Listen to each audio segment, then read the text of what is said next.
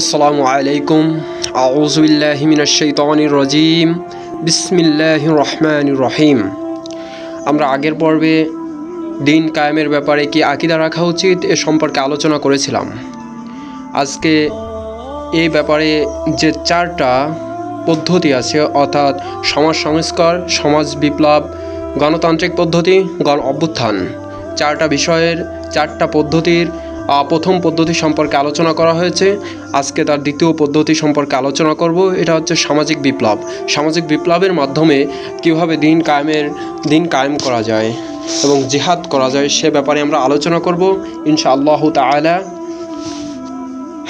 সামাজিক বিপ্লব, এ আকীদার বিশ্বাসীগণ এই সামাজিক বিপ্লব করে যে দিন কায়েম করা যায়, এই যে আকীদা, এই আকীদার বিশ্বাসীগণ দাওয়াত ও জিহাদের মাধ্যমে সমাজ পরিবর্তন ঘটাতে চান, কিন্তু তারা সশস্ত্র জিহাদকারীদের সমর্থন করেন না।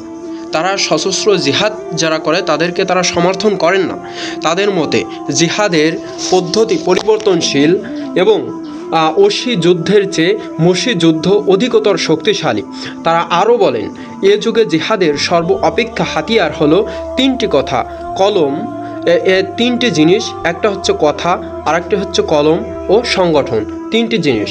তাই তারা সশস্ত্র জিহাদকে এ যুদ্ধের জন্য উপযোগী মনে করেন না। কিন্তু আল্লাহ তাআলা সকল যুগের জন্যই সশস্ত্র জিহাদকে ফরজ করেছেন। আল্লাহ তাআলা বলেছেন, কুতিবা আলাইকুমুল কিতালু ওয়া হুয়া কুরহুল লাকুম, তোমাদের উপর কিতাল অর্থাৎ সহস্র জিহাদ ফরজ করে দেওয়া হয়েছে, অথচ তা তোমাদের কাছে অপছন্দনীয়। সূরা বাকারা 216 নম্বর আয়াত। কারো পছন্দ হোক বা না হোক, সকল যুগের জন্য সশস্ত্র জিহাদ এ আদেশ জারি থাকবে। এই প্রসঙ্গে আল্লাহর রাসূল সাল্লাল্লাহু আলাইহি ওয়াসাল্লাম বলেছেন, আমাকে কিয়ামত পর্যন্ত সকল যুগের জন্য তলোয়ার দিয়ে পাঠানো হয়েছে, আর আমার রিজিক বলম্বের গনিমতের পন্থায় ছায়ার নিচে রেখে দেওয়া হয়েছে।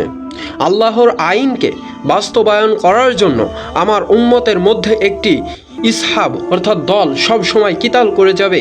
তারা তাদের শত্রুদের প্রতি কঠোর হবে। যারা তাদের বিরোধিতা করবে তারা তাদের ক্ষতি করতে পারবে না। তারা কিয়ামত পর্যন্ত এ কাজ চালিয়ে যাবে। তথাকথিত সমাজ বিপ্লবীগণের আকীদার মতে, যদি কেহ প্রচালিত গণতন্ত্র, সমাজতন্ত্র, জাতীয়তাবাদ, ধর্মনিরপেক্ষবাদ ইত্যাদি ভ্রান্ত মতাদর্শে গ্রহণ করে এবং ওই সব আদর্শের ভিত্তিতে দেশ শাসন করে, তবুও তাদের রাষ্ট্রীয় ক্ষমতা থেকে উৎখাত করা যাবে না।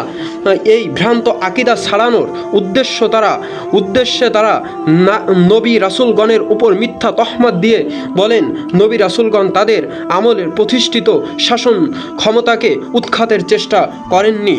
কিন্তু বাস্তবতা সত্য এই যে নবী রাসূলগণ তাদের যুগে প্রতিষ্ঠিত তাগুতি শাসন ক্ষমতাকে উৎখাতের জন্য আপ্রাণ চেষ্টা করেছেন। কোনো নবী রাসূল তাগুত শাসকদেরকে উৎখাত করে নিজের রাষ্ট্র ক্ষমতায় বসে আল্লাহর বিধান জারি করেছিলেন। আর কেউ উৎখাত করতে না পারলেও সঙ্গী সাথীদের নিয়ে আজীবন সশস্ত্র জিহাদ চালিয়ে গেছেন।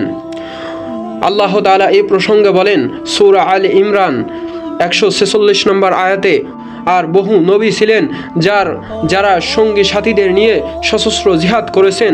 আল্লাহর পথে তাদের উপর যত বিপদই এসেছিল সেজন্য তারা হতাশ হয়নি, দুর্বল হয়নি এবং দমেও যাননি।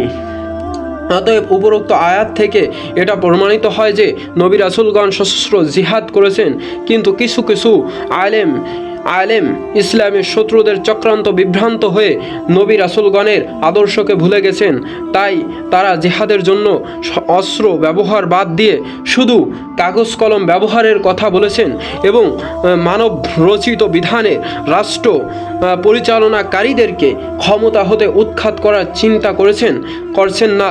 তাই মনের অজান্তে দুটি কাজ তারা বেছে নিয়েছেন: জিহাদকে অস্ত্রমুক্ত করে কাগজ কলমে রূপান্তরিত করা, তাগুতদেরকে ক্ষমতা থেকে উৎখাত না করার পক্ষপাতিত্ব করা। ইনশাআল্লাহ তাআলা এই দুটি বিষয় নিয়ে পরবর্তী ভিডিওতে আলোচনা করা হবে। পরবর্তী ভিডিও দেখার জন্য সকলকে আমন্ত্রণ জানিয়ে শেষ করছি। আসসালামু আলাইকুম।